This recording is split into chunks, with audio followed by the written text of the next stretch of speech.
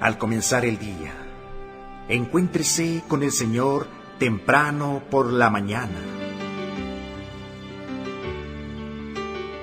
Después de despertar, haga una respiración de vida. ¡Oh, Señor Jesús! Es hora de hablar con Dios y disfrutar de su presencia a través de su palabra como el alimento diario.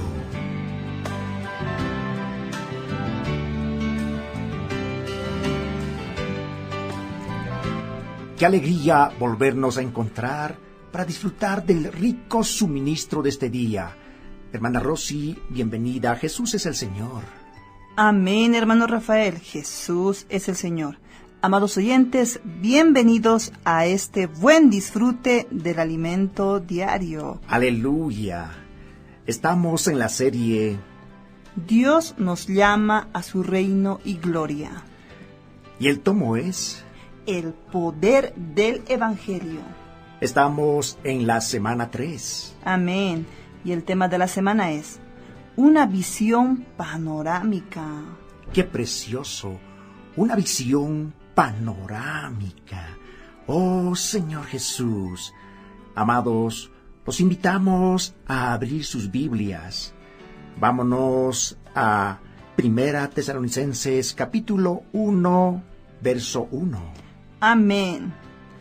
Pablo, Silvano y Timoteo, a la iglesia de los tesalonicenses en Dios, Padre y en el Señor Jesucristo. Gracia y paz sean a vosotros, de Dios nuestro Padre y del Señor Jesucristo. ¡Qué precioso! Pablo, Silvano y Timoteo.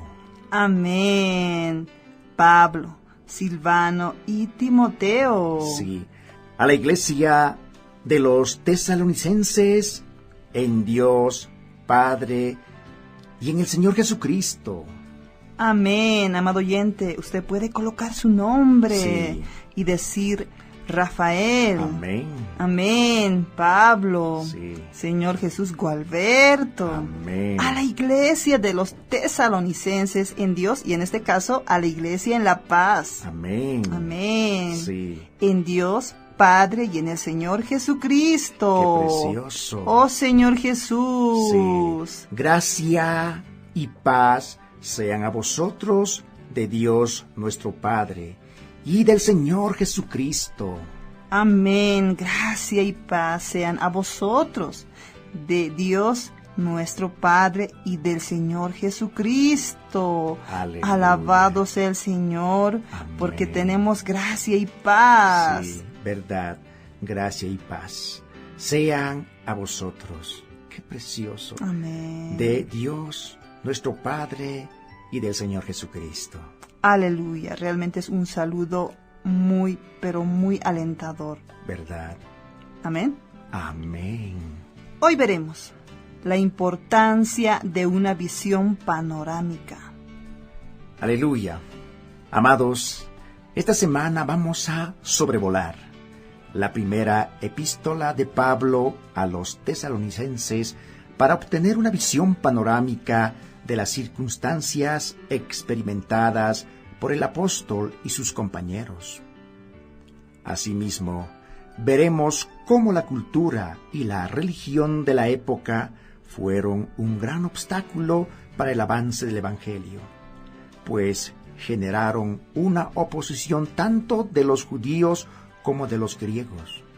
Y fue justamente por haber tantos desafíos que la conversión de los tesalonicenses tuvo tanta repercusión. Dios pudo constituir en Tesalónica un organismo vivo, la iglesia, en contraste con la idolatría predominante. Además, en los 3 últimos días de esta semana presentaremos 14 aspectos que formarán un bosquejo completo de esta carta. Amén. Para comprender mejor la epístola, presentaremos un panorama del escenario de la época que nos permitirá tener un aprendizaje vivo y dinámico. Por el registro bíblico, vemos que Pablo y Silas partieron de Antioquía y viajaron por Asia, donde confirmaron a las iglesias levantadas en la región de Galacia y de Capadocia. Hechos capítulo 15, versículo 40. En esa ocasión, Timoteo también se unió a ellos. Después, atendió el llamado de un varón macedonio. Fueron dirigidos por el Espíritu al continente europeo. La primera ciudad en la que predicaron el Evangelio fue Filipos. Luego Pablo y Silas y Timoteo fueron hasta Tesalónica, ciudad de origen griego, la cual estaba dominada por el Imperio Romano. En Hechos capítulo 17, versos 1 y 2, nos es mostrado que durante 3 sábados, por lo menos 3 semanas, los apóstoles permanecieron en Tesalónica. Probablemente la estadía de ellos se prolongó un poco más. No obstante, la Biblia no deja muy claro eso. Un segundo aspecto que extraemos del pasaje mencionado es que Pablo, por tener otro lugar para realizar sus predicaciones, buscó la sinagoga de los judíos. En ese lugar se hablaba de las Escrituras, y allí concurrían los griegos piadosos, es decir, aquellos que buscaban conocer al único Dios. El versículo siguiente describe el contenido de la predicación de Pablo a los tesalonicenses, declarando y exponiendo por medio de las Escrituras que era necesario que el Cristo padeciese y resucitase de los muertos, y que Jesús, a quien yo os anuncio, decía él, es el Cristo. Hechos capítulo 17, verso 3. Aquí el apóstol presentó una gran novedad para todos, el tema de la resurrección. Asimismo, anunció la segunda venida del Señor Jesús cuando termine la era actual con la introducción de su reino eterno. Por tanto, al hablar de un nuevo rey, la atención del Imperio Romano pudo ser despertada. Es por ello que evitaron cualquier intento de disturbios o movimientos de independencia. Predicar sobre un rey que vendría en el futuro y que traería su reino era un asunto delicado por tratarse de un problema político.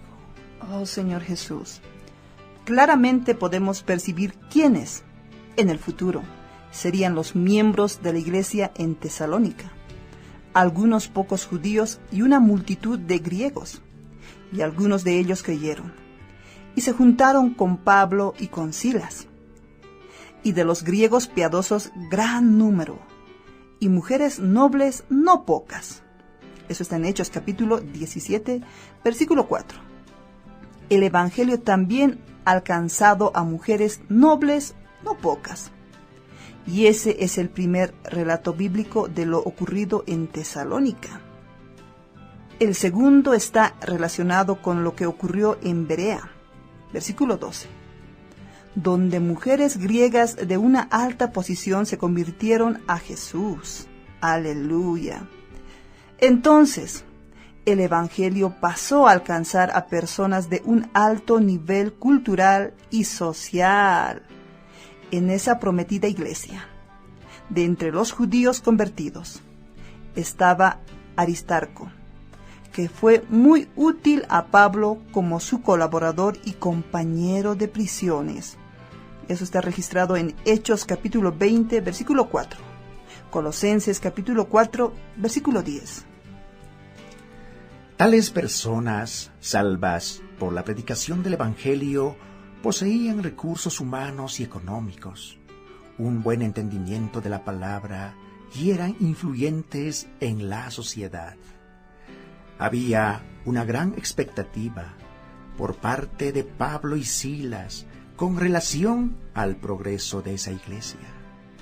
Lamentablemente, Pablo y Silas tuvieron que huir de Tesalónica, lo cual les dolió en el corazón, pues deseaban trabajar más allí y producir una iglesia modelo.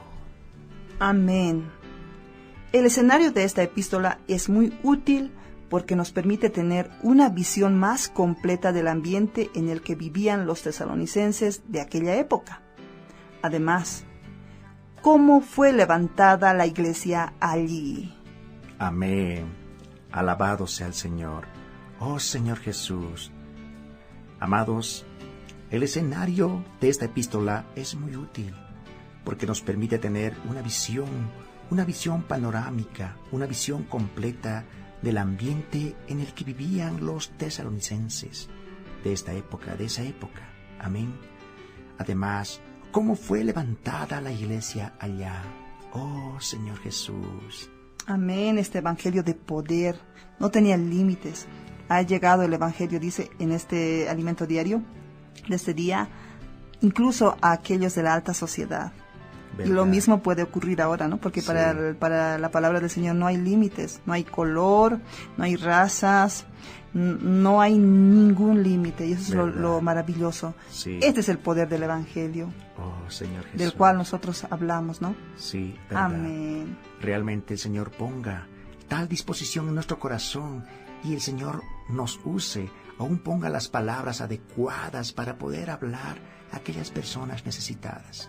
Realmente el Señor no ve lo que vemos nosotros, Él ve el corazón de las personas y más aún de aquellas necesitadas. Oh Señor Jesús. Aleluya. Y que el Señor abra realmente nuestro panorama, tengamos una visión como tuvo Pablo para predicar con esa certeza y con esa seguridad. ¿Verdad? Amados oyentes, muchas gracias por habernos acompañado con el buen disfrute de la palabra del Señor. Los esperamos el día de mañana y muchas bendiciones. Aleluya. Amados, si a usted le gustó el rico suministro de este día, espérenos el día de mañana. Jesús es el Señor. Amén.